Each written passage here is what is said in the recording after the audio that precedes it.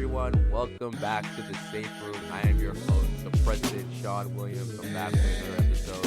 Fun fact: I recorded an episode yesterday as of this recording, so this is the next day, but this isn't dropping until probably further down the line. So, I mean, it had to be so. Like basically on the schedule I'm on, it's crazy. But today, I have a really great guest with me, and this person is someone I connected with based on the work I'm doing right now with the Merit Award Bursary Program. He is such a kind, sweet gentleman, and we've been having a lot of email conversations. I feel like that's our daily routine at this point. He is the president of the Merit Award Bursary Program. I want to give a big round of applause to Brian. How are you doing today? I'm great. Thanks very much. Yeah, man.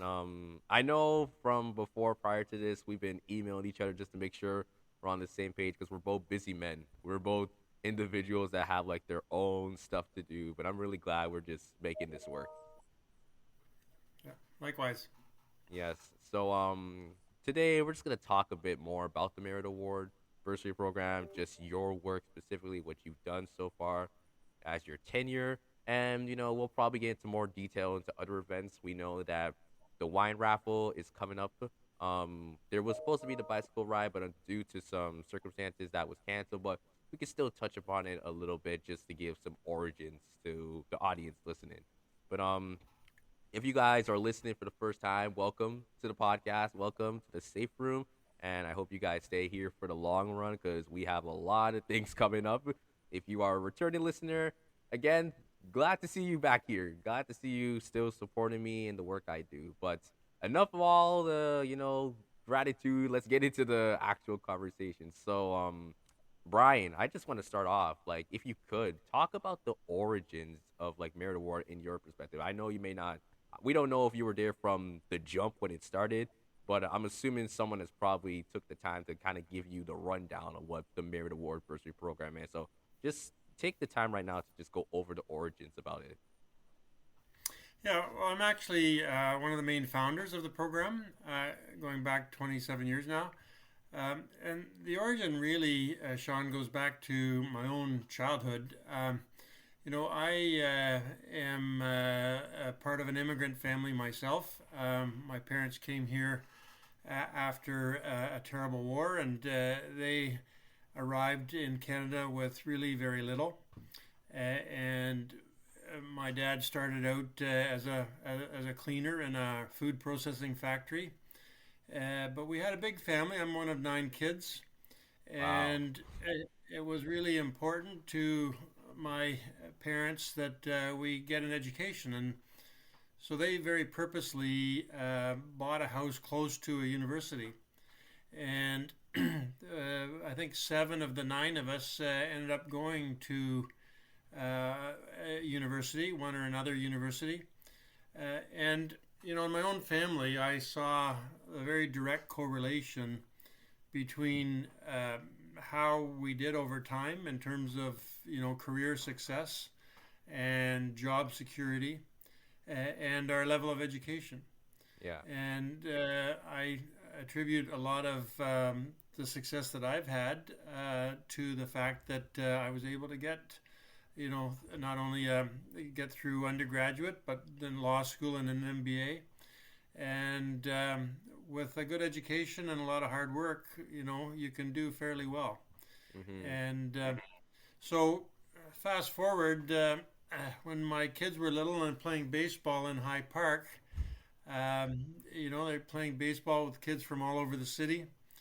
And one of the dads of one of the other kids on the All Star team was telling all the parents how he and his wife, who were unemployed at the time, would be they'd be just fine once their kid Johnny made pro.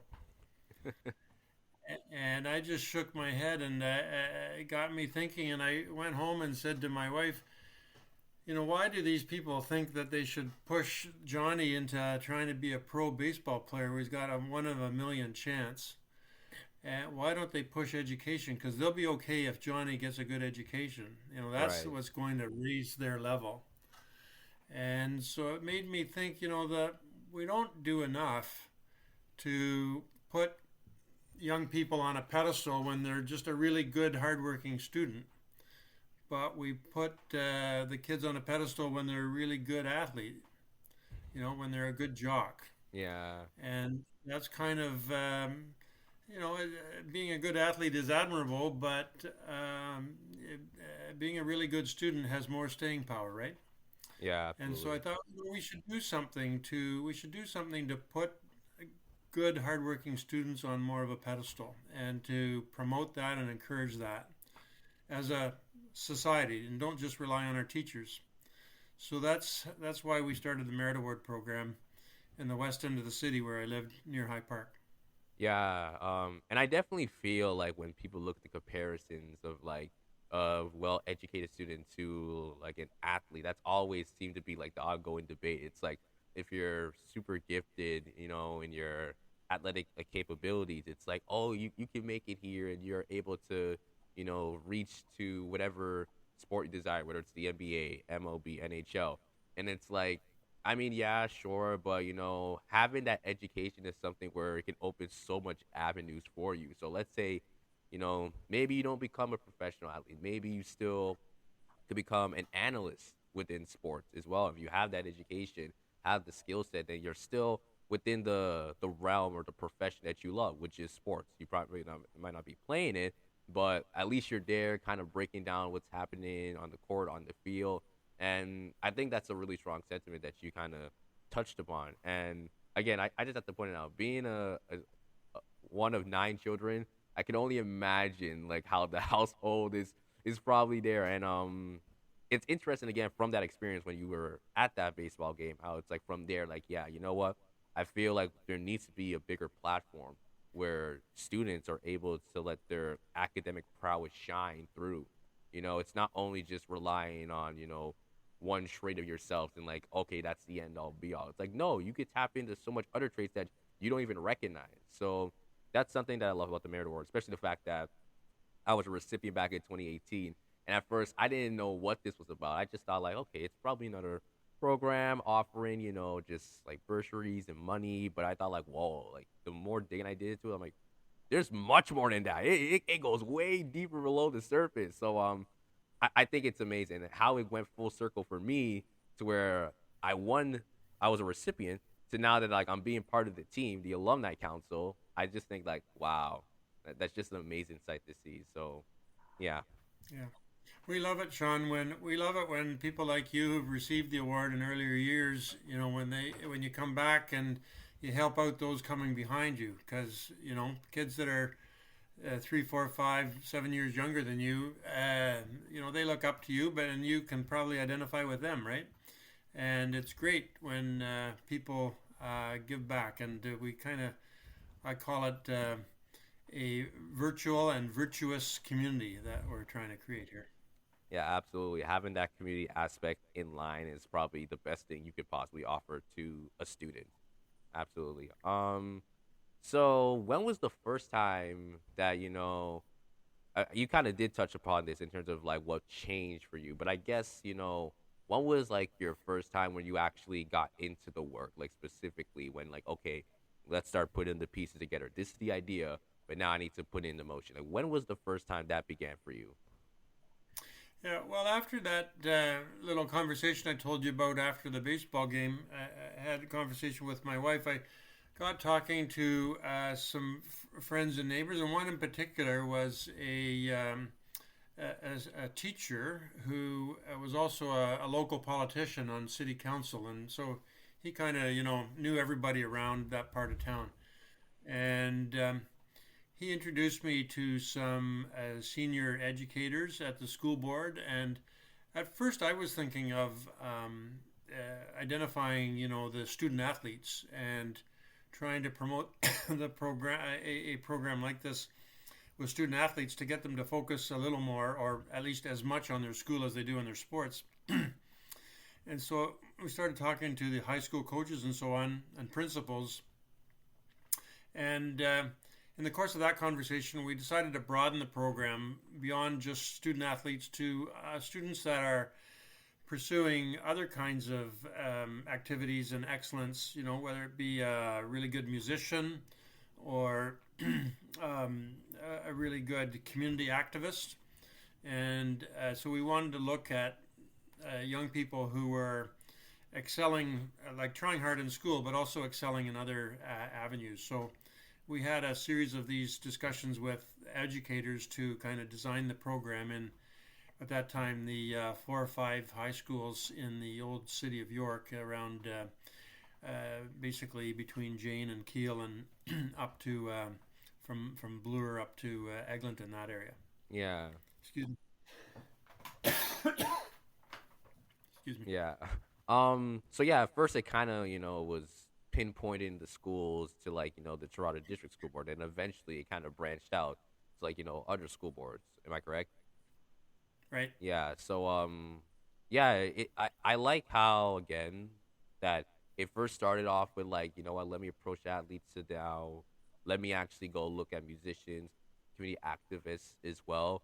And I think one thing I want to like even share with you is that I was always a person looking around my school, figuring out like, okay, like there's like a group of us that we know what we want to do and we're all determined, and we always see ourselves like in the same position. Like we're always being part of like extracurriculars. We're always being called out for like conferences or meetings. And then I thought to myself, I mean, okay, that's cool, but like, what about those who are not even getting approached? Because, I feel like there's like this selflessness of me to be like, I'm grateful for the opportunity, but I mean, you don't have to call me down for everything. I mean, let's try to Yeah. spread it out a bit, so that way like these people could, get a chance. Because like I'm even seeing people back in my day where they're walking up to me, they're asking me, "Hey, yo, Sean, I know you're doing this, but could you ask this teacher? Could you ask this person? Can I get it?"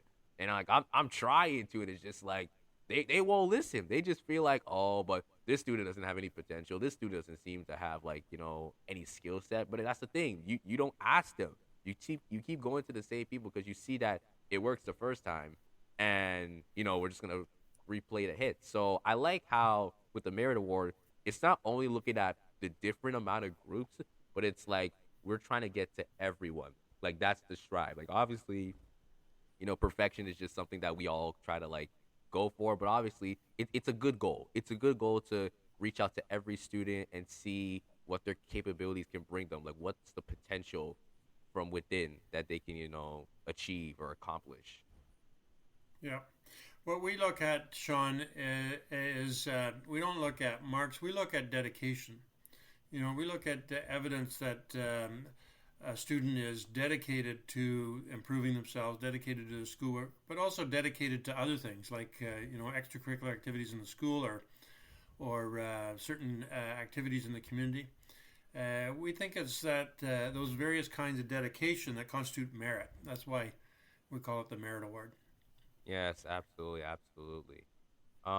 So yeah, being the president for the Merit Award, I'm pretty sure it's a lot of like responsibilities and just being able to manage everything. So like, what is like the strategy you guys implement in terms of like connecting with new audiences? Like, being able to go into one school and talk to the students and let them know about the Merit Award. Because again, I feel like, especially when you reach that age as a teenager or like your final years in high school, I know a lot of people think about, I need a job, I need employment, or like I need to get some money to pay off like any tuition that's gonna come if I go to university and college. And no one really actually takes in like, oh wow, like there's actually more to it than just monetary value. So like what is like the approach you guys have when it's like when we go into a school, we're not just gonna give them a basic definition about what we do, but we want them to feel something about the work we do in hopes that they feel it too and they give us that same type of dedication and support.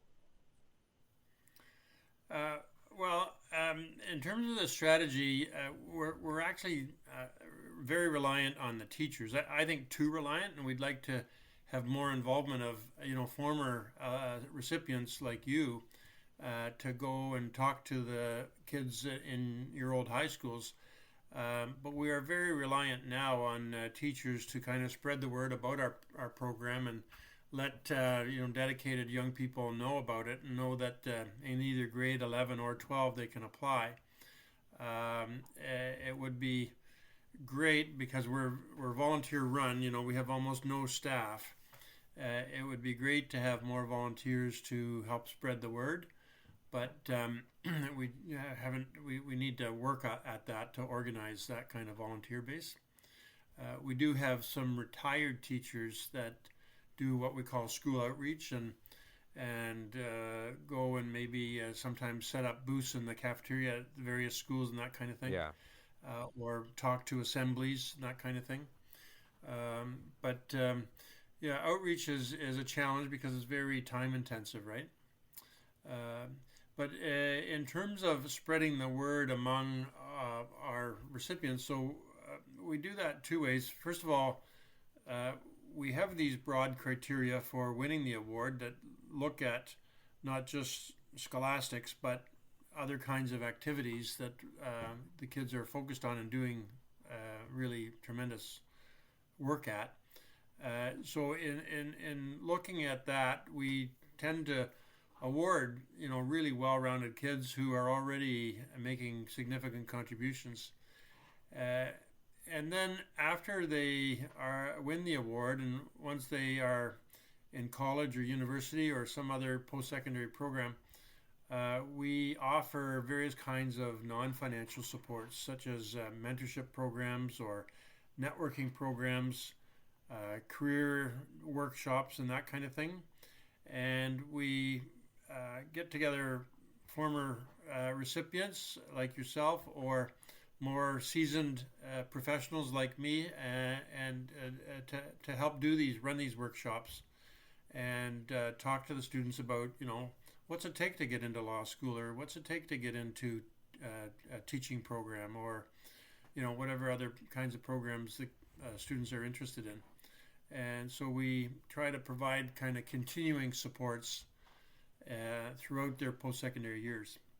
Yeah, absolutely. And I did attend last year's mentorship program, and to see all the people there as well. Like, I've been to a couple networking events, and I'm always an outgoing person, but for it to be online, it was just like, I don't know, it don't feel right. Like, I'm a person, like, if I'm gonna meet you, I want to meet you in person. Like, I want to like touch you. I want to be like, hey, let's talk, like actually face to face.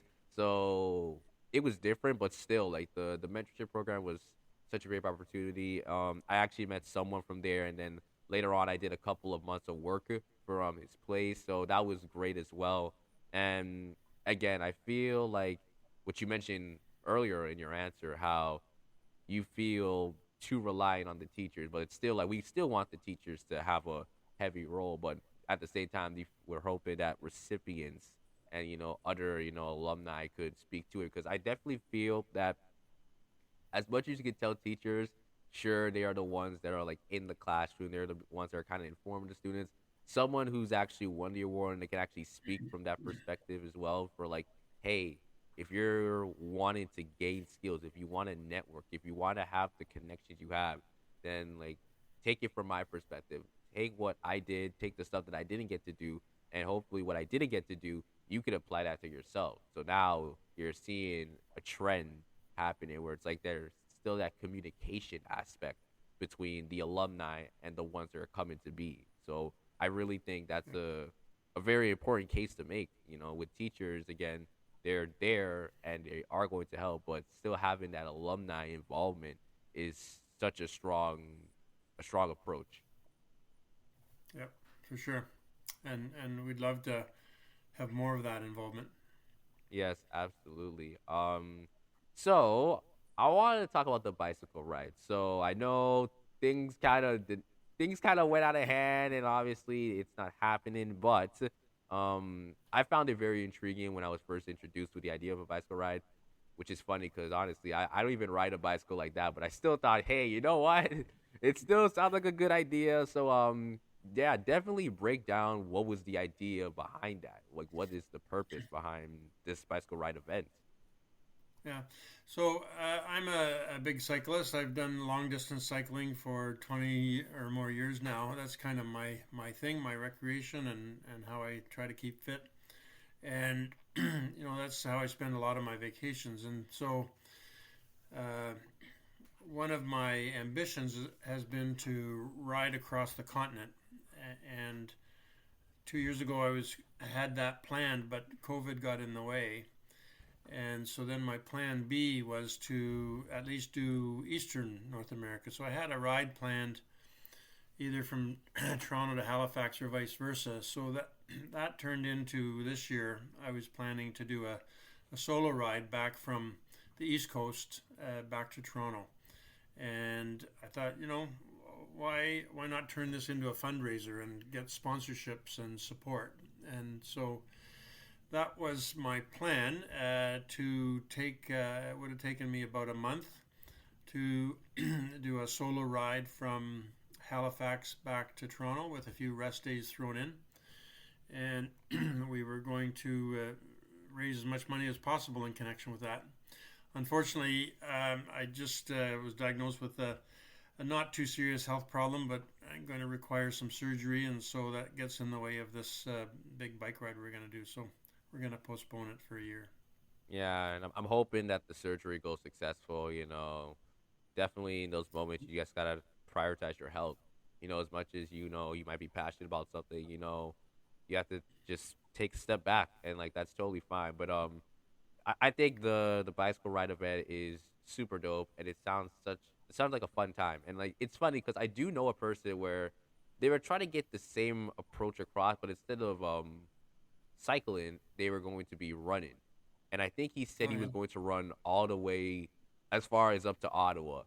So I thought to myself, wow, like I don't know how you have the stamina and cardio for that, but I mean, do you? And I was actually working with him for a while. We were talking in terms of like how can we promote this, how can we get the message across, and what the actual goal is. And I think with stuff like a cycling event or a run event or whatever, it shows such a strong example of how you're able to take such creative ideas or like things that you never thought could fit place in terms of like, oh, this is what the Merit Award Bursary Program does. You're probably assuming like, yeah, okay, they probably do a bunch of academic stuff, nothing special. And it's just like, wait, bicycle ride, wait, wine raffle, which we'll get into in a bit. It's just like, hold up, when did this all happen? Like, I didn't know you were doing all of this. So like, again, it shows also that you're able to connect with the community. It's more than just like reaching out to students or telling yeah, teachers about this. It's about reaching out to the community as well because I know that's something you guys have said you're trying to do more of. yeah. Well, and part of that community outreach in connection with this bike ride, what we had planned to do and will do when we hopefully run it next year is do like a local ride. You get some of these huge charity rides, right? And we don't plan to have like 10,000 people like the Ride to Conquer Cancer, but even if we got a few dozen or 100 people or so, and we're alumni, for example, and do a little local ride around Toronto, just a bunch of people connected with the Merit Award program, whether they're former recipients or family members, teachers, whatever, and just have a fun community ride, maybe before or after my big solo ride. It'd be fun. Yeah, I think that would be super, super dope for sure. Um, so I mentioned the wine raffle, and since we're kind of transitioning, I would like to talk about the wine raffle a bit. So, this is something that has been coming up recently, and we're basically in the plans of everything. So, just to give context to anyone here, so the wine raffle, I believe, closes on June 24th, and basically we are giving away some of the most lavish, some of the most tastiest, exquisite wine you could possibly imagine and all the proceedings will go to Merit Award bursary programs, bursaries, and it's such a great cause. It's such a fun time of the year just to go out, share it with community, share it with your loved ones. I know it's getting hot right now in the summer, so like if you're having like patio dinners and you need wine, then this could be your opportunity. But yeah, Brian, if you mind going a little bit more into detail, I hope I didn't say everything that I need to say here, but Yeah. Well, that's a great intro to it, Sean. So this is what we call it the Win a Wine Cellar raffle, because the top prize is basically a wine cellar. It's 10 cases of wine, and they're really good wines. I think their average value is like $30 a bottle. So we're not talking about plonk here, right? This is good wine. And that's the first prize. Second prize is I believe, 5 cases, 60 bottles of wine. And then we have various smaller prizes, and then we have a series of single bottle prizes, but the single bottles are valued anywhere from, I believe, $65 is the least to $180 for a bottle of wine. So these are like really special wines, and we have 30 prizes to be won, and we're limiting the number of tickets to 1,250 tickets. So that's pretty good odds of winning.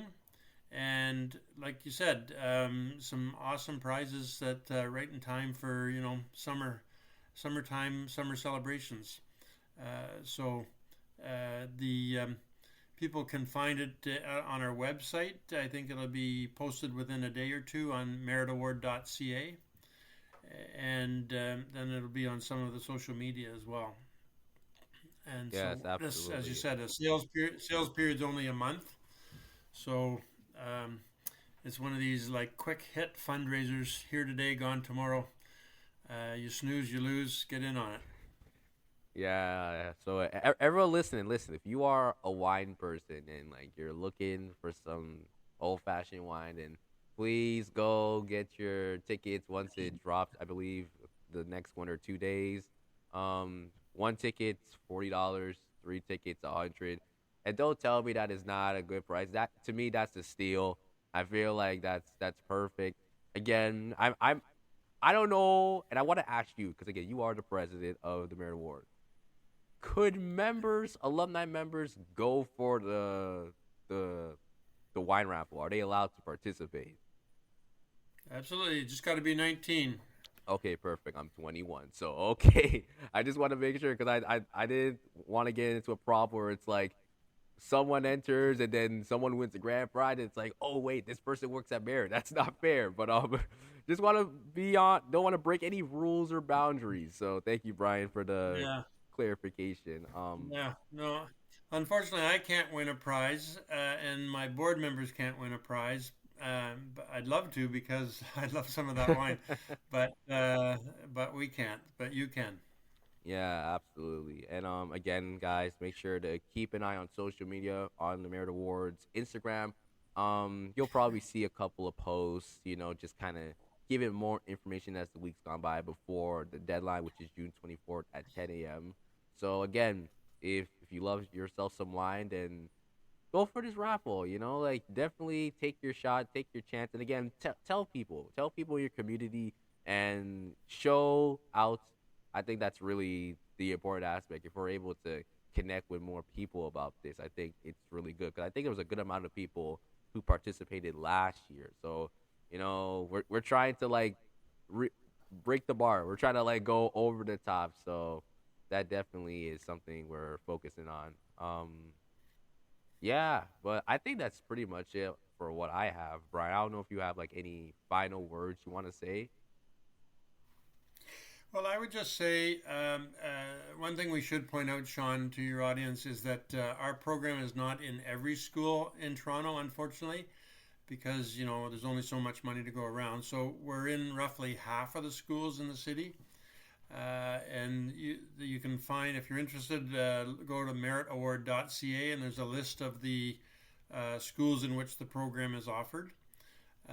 And if anybody is in one of those schools in next year in grade 11 or grade 12, they're eligible to apply, as long as they have passing grades. And the more applications, the better from our perspective.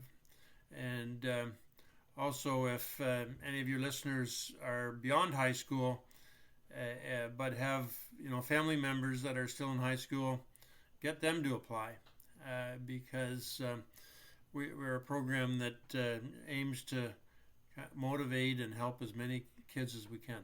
I don't know if you have like any contact information you want to leave people in terms of where they can find the Merit Award.